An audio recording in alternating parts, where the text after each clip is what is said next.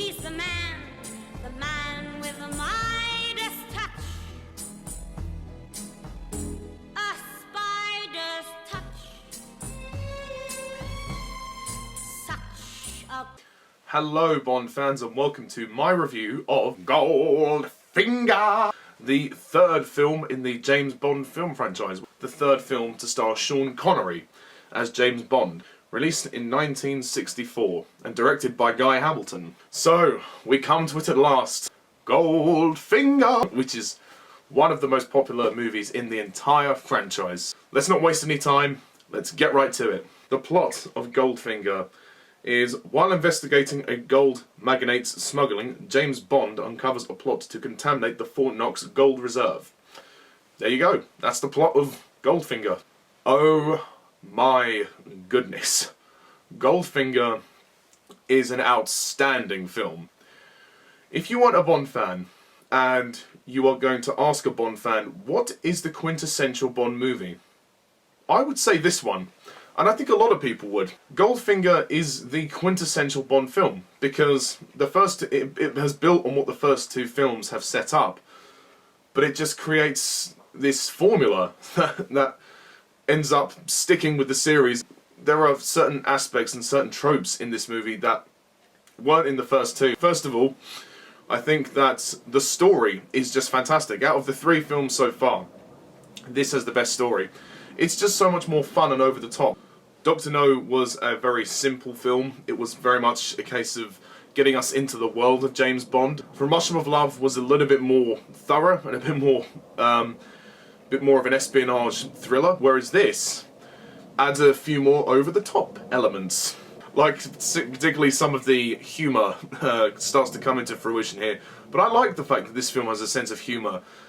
There are stakes to this movie, but it's not as...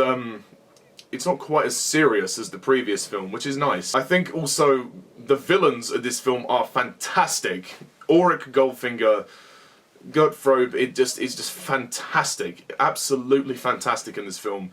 He's just so sly, deceptive, and I love that constant battle of wits between him and Bond. Particularly in the start of the film where Bond is in Miami and he is trying to overthrow Goldfinger. He's next to Jill and then he voices himself over the megaphone. He's like, "Right, Goldfinger, I want you to start losing now."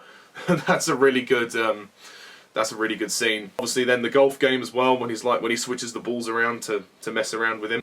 And then of course the classic laser scene where Bond is strapped to the table and there is a laser moving slowly towards his crotch. Which, again, it's the most iconic scene in James Bond. If you don't know this scene, where have you been living for the past over 50 years? When he says, that, the classic line of, "Do you expect me to talk, Goldfinger?" He's like, "No, Mr. Bond, I expect you to die." Very intense confrontations there. And then, of course, you have Oddjob, who is the henchman. Oddjob is probably my favourite henchman in all of James Bond, if not one of my favourites. The fact that he doesn't say anything makes him kind of interesting, and I know a lot of henchmen would kind of copy this trope as the series would go on. But the fact that he can kill people by throwing his hat, ooh, I mean, only now, watching this film when I'm older, do I realise that his hat has actually got a metal ring underneath. Stupid of me not to realise, to be honest, but there you go. But he is fantastic as well. He's a really good henchman, and I love the final fight he has with Bond in Fort Knox, where Bond eventually gives him somewhat of an electric shock. And there's also a good moment when he crushes a golf ball as well, which would actually be parodied, well, I don't say parodied, but would be retconned again, or would be homaged in the film Octopussy with Gobinder, when he crushes the die. So that's a direct reference to Oddjob. Well, I see it as that anyway. Sean Connery. You can't fault the guy. He's brilliant in this film. This is by far my favourite performance from Sean Connery. He's got it. I mean, he is James Bond. He's brilliant in the first two films, but he's even better here. He's so much loose, he's so much fun. The way he interacts with Goldfinger, how he's just constantly, it's a battle of witticism. There's some just great conflicts there. But he's also very smooth with the ladies in the film as well. Two of the Bond girls are in the movie very briefly, but they're still very good. Obviously Jill Masterson, who is the classic Bond girl because she gets covered in gold. Goldfinger! Yes, she's not in the film for long, but is obviously an iconic image, and you know, for her brief moments on screen, she's very good. And same with her sister, Tilly Masterson. She doesn't do too much in the movie, sadly. I feel like they kind of killed her off a bit too quickly. That would be my one criticism with Goldfinger, is that they kill off Tilly Masterson too early, because they set her up on this revenge plot. She wants to kill Goldfinger because obviously Goldfinger killed her sister. But sadly, at the end of that scene, she dies. Like that. Oddjob kills her with his hat. But it's not a spoiler, this movie's been out for years, so come on. So that was a bit disappointing. Again, speaking of the over-the-top elements, like the gadgets are there. This is the first film where we have a Q branch scene. And this would become, you know, this would begin years and years of all of those moments that we've yet to look forward to. But this one is great, because the first time we are really introduced to the Aston Martin DB5 properly, you know, when Q is saying, oh, it's got an ejector seat and all that, and he's like, ejector seat, you're joking. He's like, I never joke about my work, 007. Again, the beginnings of the Bond and Q relationship, which has always been a great one for me. And obviously dear old Desmond, rest in peace, he's brilliant in this film. For his, you know, tiny moments he has in the film. He had a sort of, he kind of had a prolonged cameo in From Russia with Love, but it's nice in this film that he got to play more of a part, and obviously he will go on to be in many of the Bond movies forthcoming. We've got Moneypenny, Lois Maxwell. She's not in the movie very much, but her brief moments are nice, to say the least, and same with Bernard Lee as M. So the MI6 regulars are great here. The pace of the movie is great. The movie is 1 hour 50 minutes long. It's not very long, and it moves like a rocket. Fantastic action sequences. There's a great car chase in Geneva. There's even this moment when an old lady with a gun comes out. Again, over-the-top elements, but it's just, you know, with Goldfinger you can enjoy it, because this was the first time we would see these sort of things. Yes, in future films they will go too far with all this. Oh yeah, don't worry, they will go even further with this. Goldfinger is a very different film to From Russia with Love, and a very different film from Dr. No. Dr. No definitely had some strange moments, but I wouldn't say the moments in Dr. No were over the top. Obviously the bit with the tarantula, and the three blind mice thing and the title sequence was all a bit strange. And particularly with the final Bond girl, who I haven't mentioned, Pussy Galore. I know, we must be dreaming, but, well, we're not. Look, I like Pussy Galore, that is. Look, the name kind of says it all, really, so I'm not going to go into too much detail, but obviously, you know, it's very much implied that her character is a lesbian. The line when she says, oh, you can turn off the charm, I'm immune. Eventually, she does succumb to his charms, shall we say. I think she's a great character in the movie, and Honor Blackman is terrific. She's a very beautiful lady in this movie, and very attractive. And also the inclusion of Pussy's Flying Circus is quite funny as well. This is such a it's such a departure from Russia with Love. They're two completely different tones, but you know what? It's very easy to embrace this movie. The final battle in Fort Knox is phenomenal as well. I've already talked about the Oddjob and Bond fight, but the actual battle itself is brilliant. It's a really good, really strong climax to this movie. Cecil Linder as Felix Leiter. Not sure why Jack Lord didn't return, but oh well. Cecil Linder is a good Felix Leiter, and particularly the scene when Felix goes to Goldfinger's farm, I think, and spots Bond talking to Pussy as they go into the barn. So he's like, oh, that's my James. I think we've got it. I think he's got it all covered. Again, the Bond and Felix relationship is another interesting one. And of course, I have to talk about the song by Shirley Bassey, the Goldfinger theme tune. Whoa. It is out of this world. It is so good. This would set the bar for many Bond themes to come. It is fantastic. Goldfinger. Just the brass orchestral feeling of it.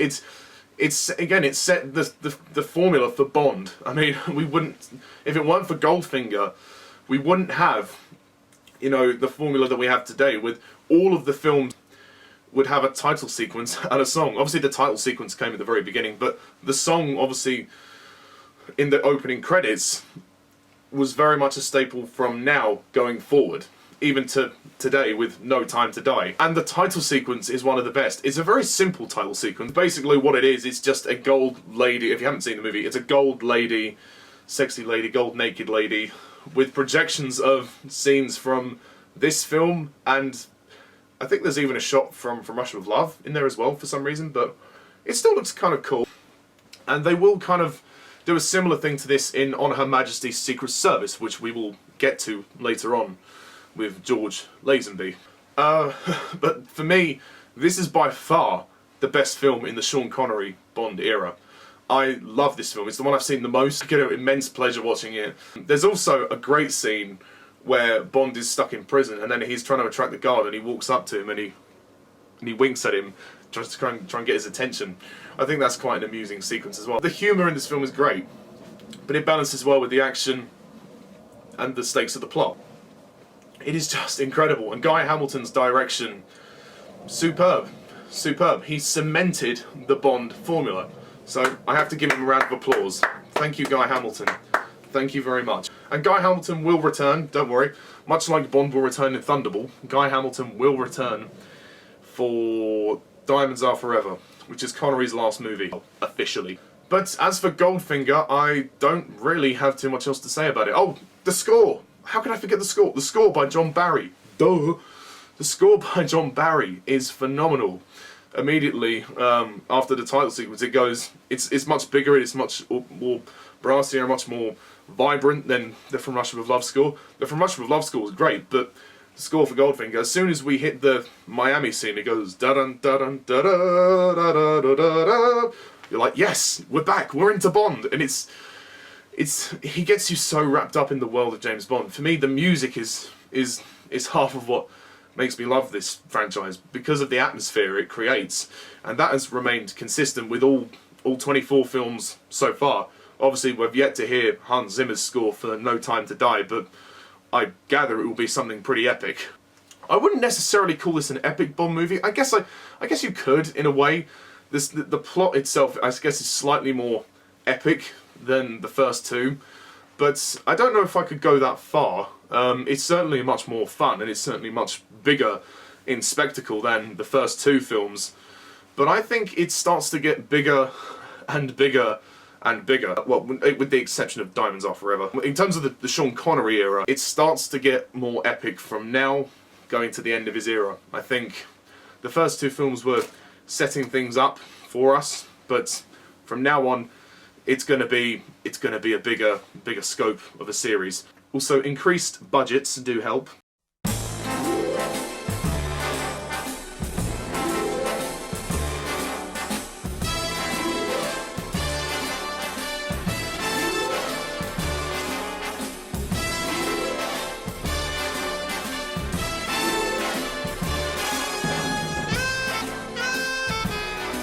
That's my review of Goldfinger, folks. What do you think? Do you agree? Do you disagree? Please comment down below.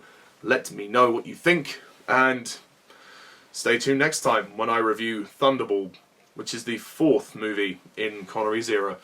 Now, I have been known for sort of disliking Thunderball in the past, so I will have to go into this one with an open mind. And it is my friend Alan Kalo's favourite Bond film. So, Alan, I will promise to be fair. Even if you're not going to watch my review, I promise to be fair in my judgment of it. So, I hope that helps. But as for Goldfinger, yeah, please comment down below, let me know what you think, and stay tuned next time when I review Thunderball. And, oh, one more thing. The Bob Simmons gun barrel is still in this movie. Only in the next movie will it change. So, and to be honest, that's kind of a good thing from me. But, anyway. Thank you very much all for watching this review, and as always, I'm Mr. TARDIS11. See you next time.